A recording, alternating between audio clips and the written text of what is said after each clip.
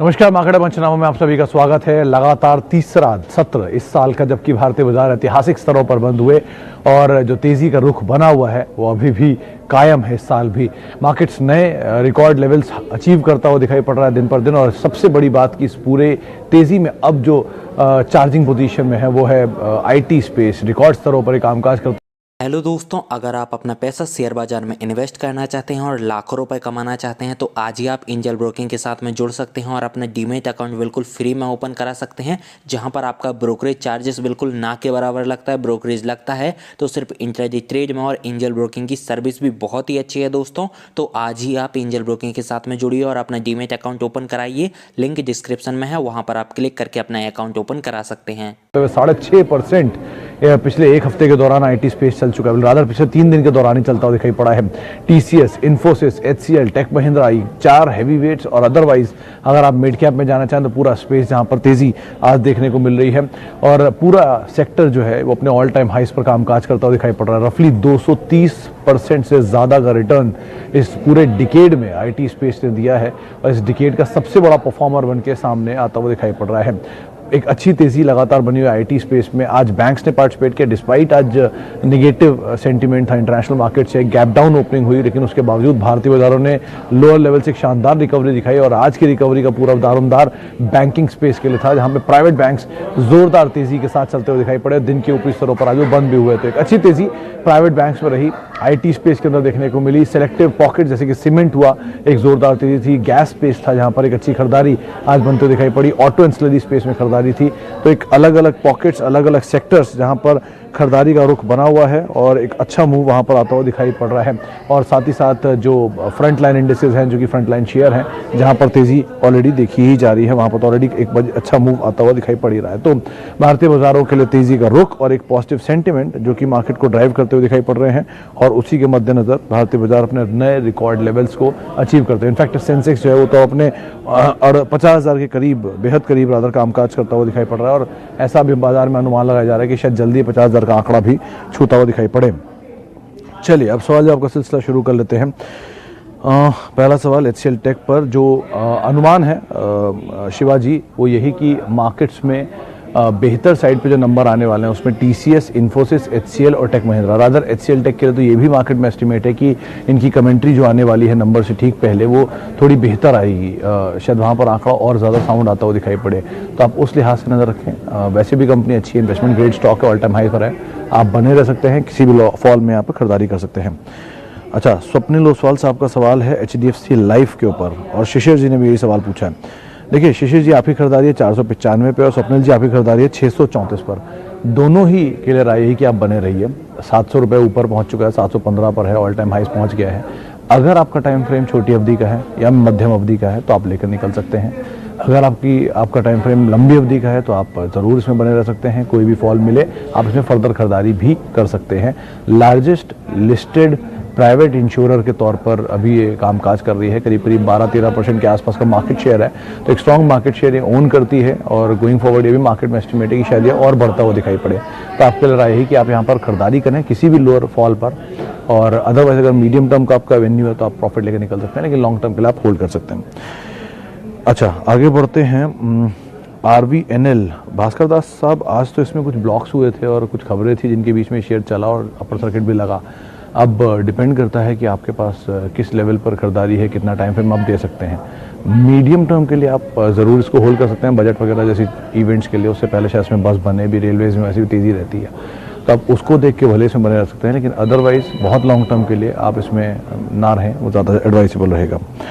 अच्छा, एकदम से बहुत सारे सवाल आ गए।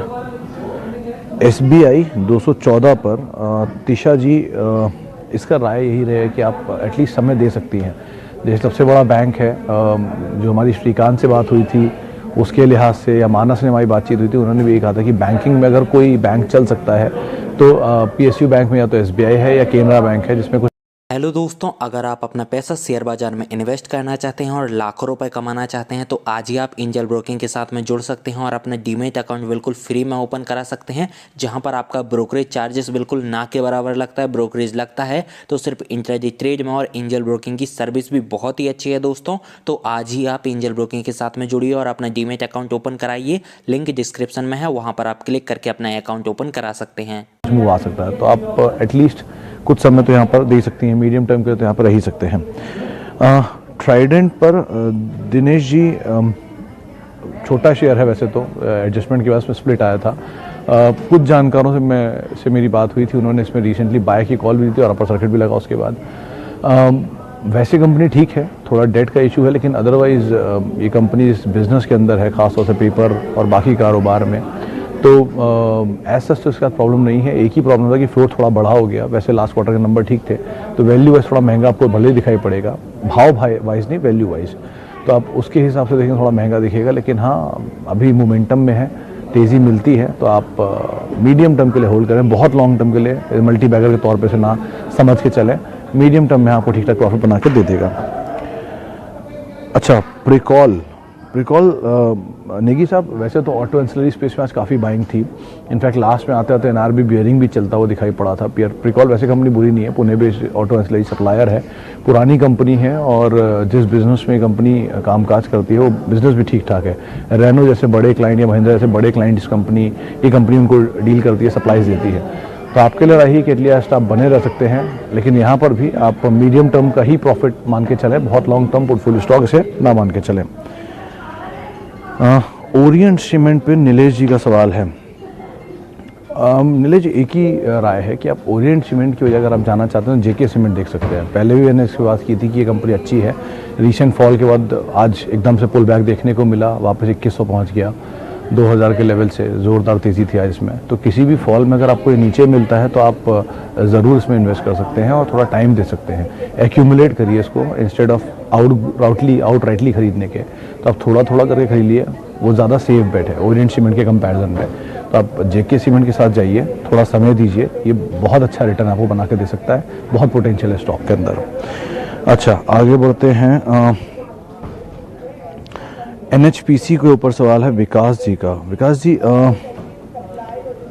वैसे तो ये स्टॉक में ऐसी कुछ बुराई नहीं है as such, but equity float wise बड़ा है, एक गवर्नमेंट का PSU है, 2 स्ट्रॉन्ग ऑपरेटिंग मार्जिन में काम करती है, 80% के आसपास की शायद ऑपरेटिंग मार्जिन है। तो क्योंकि ऑब्वियस बात है, कारोबार में ऐसा कुछ इनपुट कॉस्ट नहीं है, तो इनके ऑपरेटिंग मार्जिन काफ़ी स्ट्रॉन्ग होने ही थे। लेकिन यही कैच है कि एक तो फ्लोट बहुत बड़ा है, तो चलना आसान नहीं है। दूसरा, कभी भी तेज़ी आती है तो गवर्नमेंट का OFS आता है। इसलिए NHPC और SJVN दोनों ऐसे स्टॉक हैं जो बहुत परफॉर्म करके नहीं गए अब तक। तो बहुत ज़्यादा फायरवर्क की उम्मीद अभी भी आप ना रखें। आप इसी स्पेस में, और वैसी कोई कंपनी है नहीं जिसके अंदर आप जाना चाहें, तो बेटर यही कहीं और किसी और सेक्टर में स्विच कर जाएं। अच्छा, आगे बढ़ते हैं। एंटनी के लिए सौरभ जी एक ही सवाल था कि एक ही बात बाजार में सुनी थी मैंने कि इसकी लिस्टिंग गेन काफ़ी स्ट्रांग होने वाला था, क्योंकि फ्लोट छोटा था, IPO का साइज़ इन्होंने बढ़ाया था, लेकिन उसके बावजूद भी नंबर ऑफ शेयर्स बाजार में जो आए थे वो बहुत कम थे, इसीलिए अच्छा रिस्पांस आया और उसका लिस्टिंग गेन भी आ गया। अब लिस्टिंग गेन के बाद बहुत ज़्यादा तेज़ी की उम्मीद तो नहीं लग रही, क्योंकि जिस बिज़नेस में है उसकी बाकी पीयर देख लीजिए आप, कोई भी वेस्ट मैनेजमेंट की कंपनी एज सच है नहीं जो इतना मोटा रिटर्न बना के दे चुकी हो। तो आप बेटर है, कहीं भी कॉस्ट वाइज या कॉस्ट से ऊपर निकल रहे हो तो आप निकल सकते हैं, मीडियम टर्म के लिए देख सकते हैं, लेकिन अदरवाइज बहुत ज़्यादा फायरवर्क की उम्मीद यहाँ है नहीं। 1 share with reference to budget.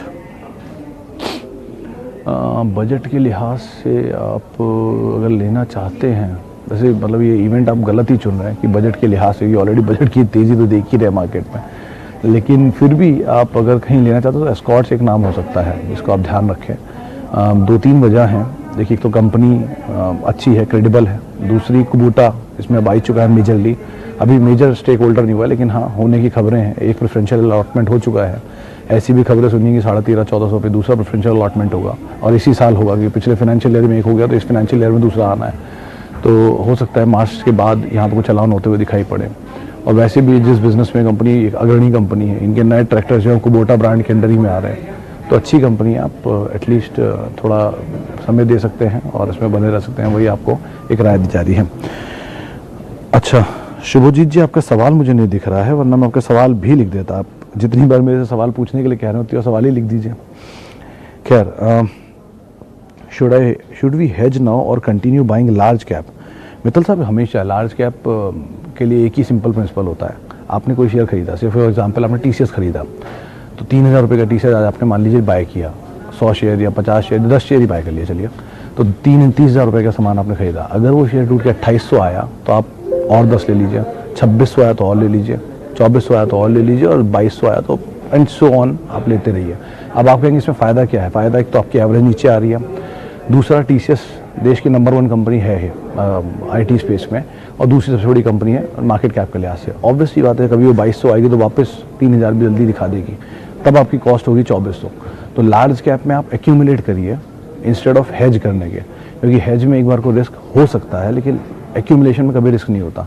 और डिविडेंड पेइंग कंपनी है, बोनस अलग देती है, ग्रोइंग कंपनी है, क्या दिक्कत है सारी कंपनियों में रहने में? तो HUL, TCS, HDFC life, HDFC bank, Reliance, Bharti, वो ग्रुप है। सीमेंट में ACC अबूजा नहीं, ACC UltraTech, doctor Reddy's, Divi's, ये सारी कंपनियों को आप एक्यूमुलेट करिए, कोई दिक्कत नहीं इनको एक्यूमुलेट करने में। अच्छा, आगे बढ़ते हैं। सन फार्मा के ऊपर सवाल बहुत लंबे समय बाद आया। सन फार्मा, हाँ, एवरेज किया जा सकता है, क्योंकि आपकी खरीदारी बहुत ऊपर की है। 842 की खरीदारी है, वैसे तो इस पर 900 रुपये बायबैक आया था एक बारी काफ़ी समय पहले, लेकिन हाँ 842 पर आप अभी यहाँ पे एवरेज कर सकते हैं। जब नीचे आया तब आपको करना चाहिए था, लेकिन ठीक है, यहाँ भी ऐसा बुरा दाम नहीं है। और अगर आप नया पैसा डालना चाहते हैं तो फार्मा में और बेहतर नाम भी आप वहाँ भी देख सकते हैं, लेकिन सन फार्मा में आप एवरेज कर सकते हैं। आगे बढ़ते हैं। मिड कैप IT में कोई अच्छी कंपनी? देखिए सर, टाटा एलेक्सी मुझे लग रहा था सौरभ जी कि चलेगी नंबर से पहले, और आज चल भी गई, वो 5% मूव आ गया उसमें। तो अब दूसरा नाम अगर कोई हो सकता है तो हैप्पीएस्ट माइंड ही दिख रही है, क्योंकि बाकी सारा सेक्टर चल चुका है, यही इकलौती है जो नहीं चली है। तो ये शायद जो कैचअप रैली है वो यहाँ पर देखने को मिले, तो आप एटलीस्ट नज़र रखें, शायद थोड़ा बहुत यहाँ मूव आता हुआ दिखाई पड़े, उस लिहाज से चल सकता है। अच्छा, बैंक निफ्टी के ऊपर व्यू। त्रिवेदी साहब, अब गलत आदमी पूछ रहे हैं। मैं फंडामेंटल ट्रैक करता हूँ, टेक्निकल देखता नहीं हूँ, लेकिन हाँ जो जानकारों से मेरी बातचीत हुई उन सबका ये कहना है कि बैंक निफ्टी में मूव अभी रहेगा, एटलीस्ट नया हाई तक तो बनने तक रहेगा। तो आप एटलीस्ट उस हिसाब से ट्रैक कर सकते हैं, लेकिन फिर भी बहुत अब भी बड़ा मूव आ जाया हुआ है, आज भी बहुत चला है, तो थोड़ा कूल ऑफ भी हो सकता है, तो आप उसको भी ध्यान में रखिएगा। अच्छा, आगे बढ़ते हैं। बैंक निफ्टी बात हो गई, ट्राइडेंट बात हो गई। Yes Bank as usual, Yes Bank के लिए सर बाज़ार में ये बज़ है कि ये अच्छे नंबर पोस्ट कर सकता है, और शायद अच्छे नंबर के बाद ये शेयर 25 रुपये तक की चाल भी दिखा सकता है। ये बज़ है मार्केट में। मेरा इंडिविजुअल ओपिनियन यही है कि जब तक इसके नंबर्स ठीक नहीं होते तब तक आप एटलीस्ट में इन्वेस्टमेंट ना करें। ट्रेड कर सकते हैं, मीडियम टर्म होल्ड कर सकते हैं, लेकिन लॉन्ग टर्म के लिए जब तक नंबर्स ठीक ना हो आप इसमें मत रहिएगा।